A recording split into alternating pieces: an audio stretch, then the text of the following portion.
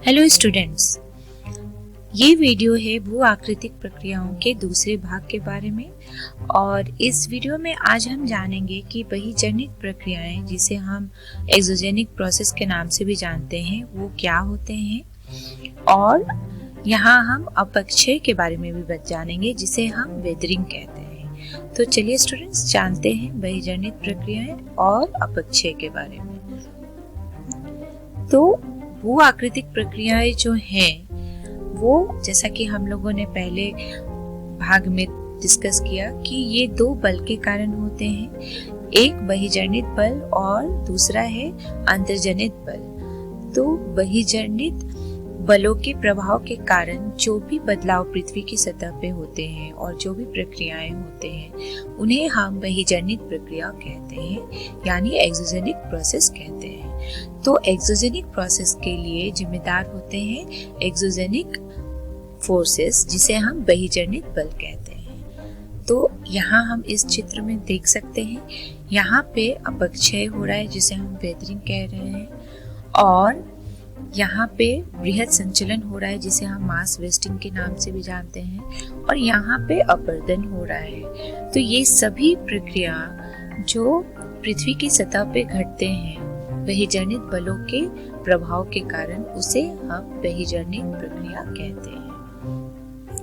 इन सभी बहिर्जनित भू आकृतिक प्रक्रियाओं को अनाच्छादन भी कहते हैं, जिसे हम डेन्यूडेशन के नाम से भी जानते हैं। अब यहाँ हम देखेंगे कि ये बहिर्जनित प्रक्रियाएं जो हैं, इनके विभिन्न प्रकार कौन कौन से हैं। तो जैसा कि हम जानते हैं कि भू आकृतिक प्रक्रियाएं जो हैं वो अंतर्जनित बल और बहिर्जनित बल के कारण घटते हैं, और ये बहिर्जनित बल के कारण जो भी प्रक्रियाएं होते हैं वो बहिर्जनित प्रक्रियाएं होते हैं। तो ये बहिर्जनित प्रक्रिया या बल जो है वो तीन तरह से काम करते हैं। अपक्षय, जिसे हम वेदरिंग कहते हैं, अपर्दन एवं निक्षेपण, जिसे हम इरोजन एंड डिपोजिशन भी कहते हैं, एंड अपक्षय बृहद संचलन, जिसे हम मास वेस्टिंग भी कहते हैं। तो ये तीन प्रकार के बहिर्जनित प्रक्रिया होते हैं। अब यहाँ हम देखेंगे कि ये अपक्षय के भी विभिन्न प्रकार होते हैं। जैसे भौतिक कारण से भी ये अपक्षय हो सकते हैं, रासायनिक कारण से भी हो सकते हैं, और जैविक कारण से भी हो सकते हैं। इसीलिए ये अपक्षय जो है वो तीन प्रकार के होते हैं। ये अपर्दन एवं निक्षेपण जो है, ये भी विभिन्न प्रकार के होते हैं, और ये विभिन्न कारकों के द्वारा होते हैं। इसीलिए ये विभिन्न प्रकार के होते हैं, यानी विभिन्न प्राकृतिक तत्वों के कारण अपर्दन एवं निक्षेपण होता है, जैसे हवा, प्रवाहशील जल, हिमानी और धाराएं। अब ये बृहद संचलन जो है, ये भी दो प्रकार के होते हैं, मंद संचलन और तीव्र संचलन। तो यहाँ हमने देखा बहिर्जनित प्रक्रिया जो है वो विभिन्न प्रकार के कौन कौन से होते हैं। अब यहाँ हम देखेंगे आच्छादित प्रक्रियाएं, जिसे हम डेन्यूडेशन प्रोसेस भी कहते हैं, यानी बहिर्जनित प्रक्रियाएं। यहाँ पे कौन कौन से बल लगते हैं। तो ये तीन प्रकार के होते हैं, जैसा कि हम लोगों ने देखा, अपक्षय, अपर्दन एवं निक्षेपण, और अपक्षय बृहद संचलन। तो ये प्रक्रिया हो गए विभिन्न प्रकार के बहिर्जनित प्रक्रिया। अब यहाँ हम देखेंगे कि कौन से प्रेरक बल और ऊर्जाएं हैं इनके पीछे, यानी कौन से बल ऊर्जा जिम्मेदार होते हैं अपक्षय, अपर्दन एवं निक्षेपण और बृहद संचलन के लिए। तो अपक्षय जो है, उसमें प्रेरक बल जो लगते हैं या ऊर्जा, वो है गुरुत्वाकर्षण और आणविक दाब तथा रासायनिक प्रक्रियाएं। तो इस बल के कारण जो है वो पृथ्वी पे अपक्षय प्रक्रिया होता है। अपर्दन और निक्षेपण जो है, उसमें भी गुरुत्वाकर्षण बल जो है वो जिम्मेदार होते हैं, और बृहद संचलन जो है, इसमें गतिज ऊर्जा काम करते हैं, यानी गतिज ऊर्जा के कारण जो है ये बृहद संचलन प्रक्रिया होता है। तो यहाँ हमने देखा कि कैसे विभिन्न बहिर्जनित प्रक्रियाओं के पीछे विभिन्न प्रेरक बल और ऊर्जा होते हैं, जिसे हम जियोमॉर्फिक एजेंट भी कहते हैं। आइए यहाँ पे हम देखते हैं कि कौन से दो बल काम करते हैं जब विभिन्न बहिर्जनित कारक जो हैं, जैसे जल, हवा और हीट ये विभिन्न पदार्थों का अधिग्रहण करते हैं और परिवहन करते हैं। तो ये बल है गुरुत्वाकर्षण बल। तो गुरुत्वाकर्षण बल के प्रभाव में पदार्थ जो है वो नीचे ढाल की ओर गिरने लगते हैं, जैसा कि हम इस चित्र में देख सकते हैं। तो यहाँ पे गुरुत्वाकर्षण बल लग रहा है और साथ ही साथ दूसरा बल जो है वो है ढाल। तो जब भी बहिर्जनित कारक जो है वो विभिन्न पदार्थों का अधिग्रहण और परिवहन करते हैं, तो वो मुख्यतः उच्च स्तर से निचले स्तर या उच्च दबाव से निम्न दाब की ओर गिरने लगते हैं। तो यहाँ हम देख सकते हैं, यहाँ जो है वो ढाल का प्रभाव होता है, जिसके कारण विभिन्न पदार्थ जो हैं वो ऊंचे स्तर से निचले स्तर या उच्च दबाव से निम्न दबाव की ओर गिरने लगते हैं। तो जब भी बहिर्जनित कारक जो है वो विभिन्न पदार्थ का अधिग्रहण और परिवहन करते हैं, वहाँ ये दो बल काम करते हैं।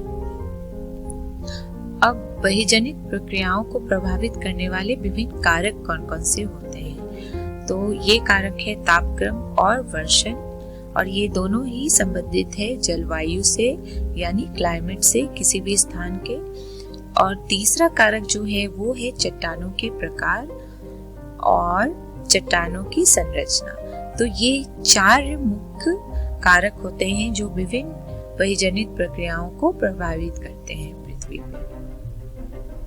अब यहाँ हम जानेंगे कि अपक्षय क्या है, यानी वेदरिंग किसे कहते हैं। तो अपक्षय को मौसम एवं जलवायु के कार्यों के माध्यम से सेलों के यांत्रिक विखंडन एवं रासायनिक वियोजन को कहते हैं। तो इसे हम एक सरल भाषा में बोल सकते हैं कि जब भी विभिन्न जलवायु के तत्वों और मौसम के तत्वों के कारण शैलों में कोई परिवर्तन आता है, यानी कि उनका विखंडन होता है विभिन्न रासायनिक कारण से या भौतिक कारण से, और उनमें बदलाव आता है, तो ऐसी प्रक्रिया को हम अपक्षय कहते हैं। और ये एक स्थान पे होते हैं, इसीलिए इसे एक हम स्वस्थानीय यानी इन सिटू तथा तटस्थम यानी ऑन साइट प्रक्रिया कहते हैं। तो यहाँ हम देख सकते हैं इस चित्र में, यहाँ जो चट्टाने हैं ये दो भाग में टूट गए हैं, क्योंकि यहाँ पे विभिन्न रासायनिक प्रक्रिया हुआ या भौतिक प्रक्रिया हुआ विभिन्न मौसम और जलवायु के तत्वों के कारण। तो ऐसी प्रक्रिया को हम अपक्षय कहते हैं। और चूंकि ये एक ही स्थान पे होता है, यानी यहाँ पे किसी भी पदार्थ का परिवहन नहीं होता है, इसीलिए इसे हम तटस्थम या स्वस्थानीय प्रक्रिया भी कहते हैं। कि हम लोगों ने जाना पहले कि ये अपक्षय जो है वो विभिन्न प्रकार के हो सकते हैं, यानी भौतिक अपक्षय भी हो सकते हैं, रासायनिक अपक्षय भी हो सकते हैं और जैविक अपक्षय भी हो सकते हैं। तो यहाँ हम देखेंगे कि भौतिक अपक्षय किसे कहते हैं। तो मौसम के तत्वों के माध्यम से जब चट्टानों का विघटन और अपक्षय होता है, तो ऐसे अपक्षय को हम भौतिक अपक्षय कहते हैं। जैसे तापक्रम में परिवर्तन होने से जो शैल है उनका विघटन और क्षय होता है, तो ऐसे अपक्षय को हम भौतिक अपक्षय कहते हैं। और इस भौतिक अपक्षय में चट्टानों की रासायनिक संरचना में कोई भी बदलाव नहीं आता है, यानी जो भी बदलाव आता है वो इनके भौतिक स्वरूप में बदलाव आता है। तो यहाँ हम इस चित्र में देख सकते हैं ये जो चट्टान है ये दो भागों में टूट गए हैं, क्योंकि यहाँ पे विभिन्न भौतिक प्रक्रिया हुए, यानी कि यहाँ तापक्रम में परिवर्तन के कारण जो चट्टाने हैं यहाँ कमजोर हो गए और उनका विघटन और क्षय हुआ। तो ये है भौतिक अपक्षय। अब यहाँ हम देखेंगे कि भौतिक अपक्षय जो है ये कुछ बलों पर निर्भर करती है। तो गुरुत्वाकर्षण बल जैसे अत्यधिक ऊपर का भार, दबाव एवं अपरूपण प्रतिबल जिसे हम शेयर स्ट्रेस भी कहते हैं, यानी ये भौतिक अपक्षय फिजिकल वेदरिंग जो है वो ग्रेविटेशनल फोर्स यानी गुरुत्वाकर्षण बल और अपरूपण प्रतिबल यानी शेयर स्ट्रेस पर निर्भर करता है। और तापक्रम में परिवर्तन के कारण क्रिस्टल रवों में वृद्धि एवं पशुओं के क्रियाकलापों के कारण उत्पन्न विस्तारण बल यानी एक्सपेंशन फोर्स पे भी ये भौतिक अपक्षय जो है वो निर्भर करता है। और तीसरा महत्वपूर्ण बल जो है वो है शुष्कन आद्रन चक्रों से नियंत्रित जल का दबाव। तो ये है विभिन्न बल जिस पे भौतिक अपेक्षय जो है वो निर्भर करती है। अब यहाँ हम देखेंगे कि भौतिक अपेक्षय के विभिन्न प्रकार कौन कौन से हैं। तो पहला भौतिक अपेक्षय जो है वो है भार विहीनीकरण एवं विस्तारण, यानी अनलोडिंग एंड एक्सपेंशन। तो इसके कारण जो है वो चट्टानों का विघटन होता है। तो ये तब होता है जब ऊपरशाही सेलों का अनवर अपवर्तन होता है और ऊर्ध्वाधर दबाव यानी वर्टिकल प्रेशर जो है उसका मुक्ति होता है। तो इसके कारण जो है वो बड़े चिकने गोलाकार गुंबद बनते हैं, जिसे हम एक्सफोलिएशन डोम के नाम से भी जानते हैं। और इनका विस्तार जो है वो सैकड़ों मीटर से लेके हजारों मीटर तक भी हो सकता है।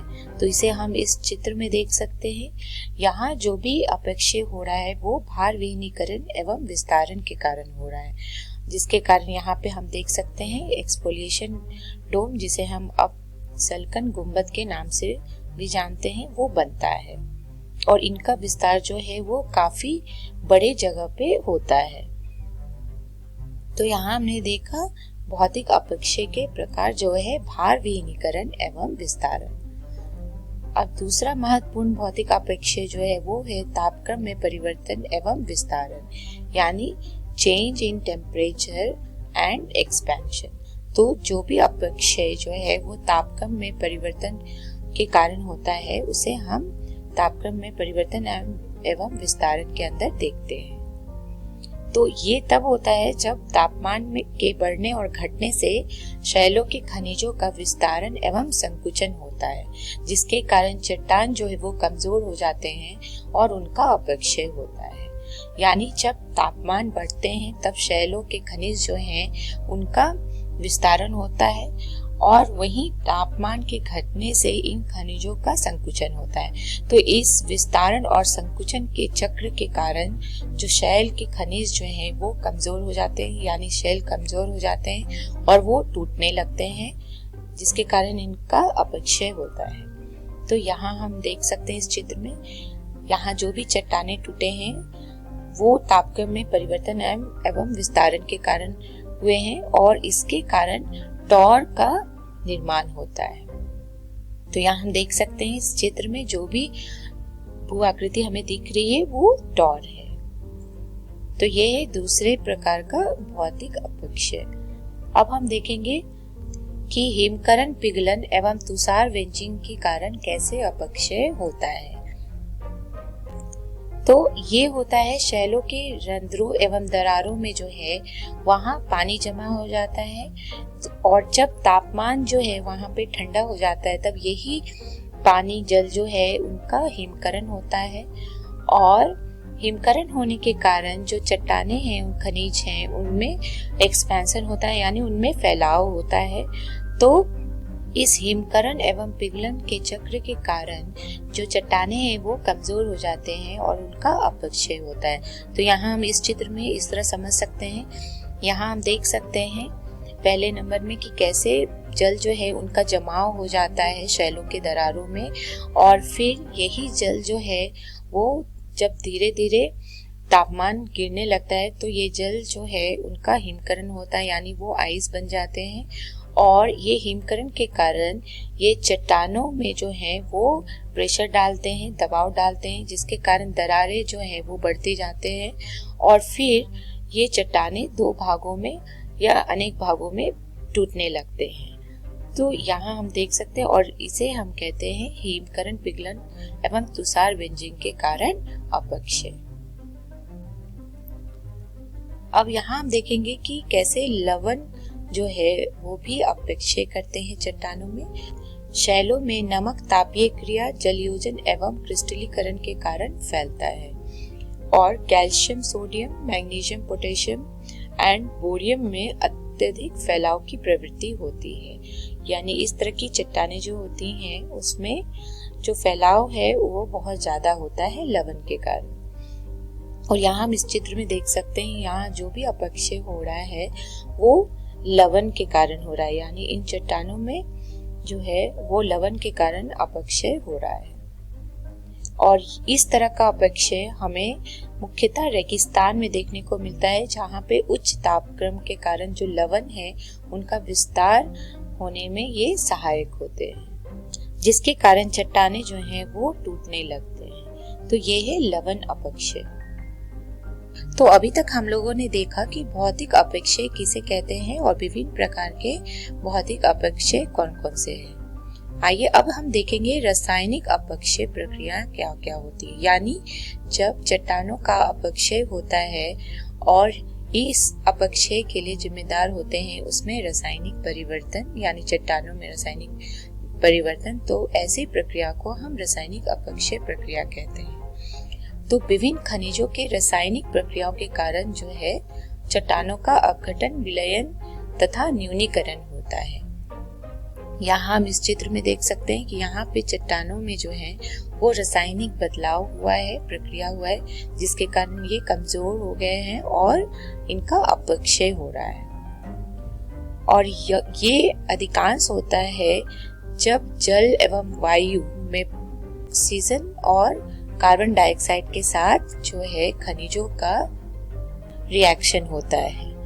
तो ये है रासायनिक अपक्षय। आइए यहाँ हम देखते हैं विभिन्न रासायनिक अपक्षय कौन कौन से होते हैं और कैसे चट्टानों का अपक्षय होता है। तो ये पहला जो रासायनिक अपक्षय है वो है घोल, यानी सॉल्यूशन और कार्बोनेशन। तो जब कोई वस्तु जल या अम्ल में घुल जाती है तो घुलित तत्वों के जल को घोल कहते हैं। और जब जल में घुलित कार्बन डाइऑक्साइड या कार्बोनेट चट्टानों से प्रतिक्रिया करके कुछ घुलित पदार्थ बनाते हैं जिसमें कैल्शियम बाइकार्बोनेट का निर्माण होता है, तो इस कैल्शियम बाइकार्बोनेट का अपक्षय हो जाता है, क्योंकि ये जल में जो है वो घुल के घोल के रूप में बह जाते हैं। तो यहाँ हमने जाना घोल किसे कहते हैं। तो जब कोई भी वस्तु जल में मिलके उनका अपक्षय हो जाता है तो वो सॉल्यूशन यानी घोल कहते हैं। और जब कार्बोनेट चट्टानें जो हैं उनका प्रतिक्रिया होता है जल से और इस जल में कार्बन डाइऑक्साइड उपस्थित होता है, तो इस कार्बन डाइऑक्साइड और कार्बोनेट चट्टानों के प्रतिक्रिया से कैल्शियम बाइकार्बोनेट बनता है और ये कैल्शियम बाइकार्बोनेट है जो उनका अपक्षय हो जाता है, क्योंकि वो जल में घोल के रूप में बह जाते हैं। तो यहाँ हमने देखा कि किस तरह रासायनिक अपक्षय होता है जब खनिज जो है वो जल में मिलके घोल बन जाते हैं और इसके परिणाम स्वरूप जो है वो भूमिगत गुफाओं का निर्माण होता है। तो यहाँ हम देख सकते हैं इस चित्र में ये जो है भूमिगत गुफाएं हैं जो बने हैं जब चट्टानों के जो विभिन्न खनिज हैं उनका प्रतिक्रिया हुआ है जल में मौजूद कार्बन डाइऑक्साइड से और वो घोल के रूप में बह गए। तो ये मुख्यतः जो है वो कार्बोनेट चट्टानों में पाया जाता है। आइए अब हम देखते हैं दूसरा रासायनिक अपक्षय जो है जलयोजन, जिसे हम हाइड्रेशन कहते हैं। तो जब खनिज खुद जल धारण करके विस्तार हो जाता है उनका, यानी वो एक्सपैंड कर जाते हैं और अस्थायी पदार्थ का निर्माण करते हैं जिसका बाद में विघटन हो जाता है, तो इसके कारण यानी जलयोजन के कारण भी अपक्षय होता है। जैसे कैल्शियम सल्फेट जो है वो जल में मिलने के बाद जिप्सम बनाते हैं और ये जिप्सम जो है वो कमजोर होता है कैल्शियम सल्फेट के मुकाबले, जिसके कारण इनका जो है वो आसानी से विघटन हो जाता है। अब यहाँ हम इस चित्र में देख सकते हैं यहाँ जो दरारें पड़े हुए हैं चट्टानों में, तो ये जो अपक्षय हो रहा है वो जलयोजन के कारण हो रहा है। तो यहाँ जो चट्टाने हैं वो जल धारण करने के बाद विस्तारित हो जाते हैं जिससे तनाव पैदा होता है और ये चट्टाने का जो है विघटन होना शुरू हो जाता है।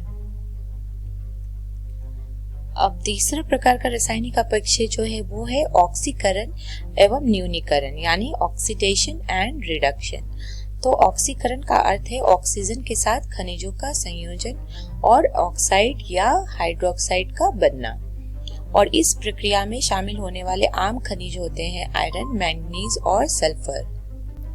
तो यहाँ हमने देखा ऑक्सीकरण किसे कहते हैं। तो ऐसे सेल है जिसमें आयरन, मैंगनीज और सल्फर मौजूद होते हैं। तो ये आयरन, मैंगनीज और सल्फर जो है वो ऑक्सीजन के साथ प्रतिक्रिया करके ऑक्साइड या हाइड्रोक्साइड का निर्माण करते हैं, जिसके कारण चट्टानें जो हैं वो कमजोर हो जाते हैं और उनका अपक्षय होता है।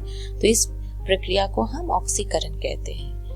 और जब ऑक्सीकृत खनिज ऐसे वातावरण में रखे जाते हैं जहां ऑक्सीजन का अभाव होता है, तो एक दूसरे रासायनिक अपक्षय प्रक्रिया प्रारंभ हो जाता है जिसे हम न्यूनीकरण कहते हैं, यानी रिडक्शन।